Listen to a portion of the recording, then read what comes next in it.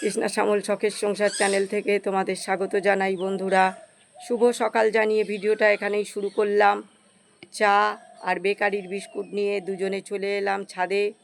দেখো বন্ধুরা, উনি খাওয়া শুরু করে দিয়েছে আর আমিও খাবো। ওনার শরীরটা আজকে ভালো না, তাই বেরোলো না।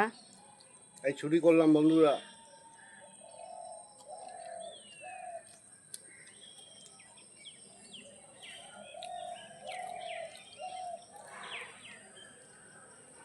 ছাদ পুরো জলে জলাক্কার হয়ে গেছে বন্ধুরা।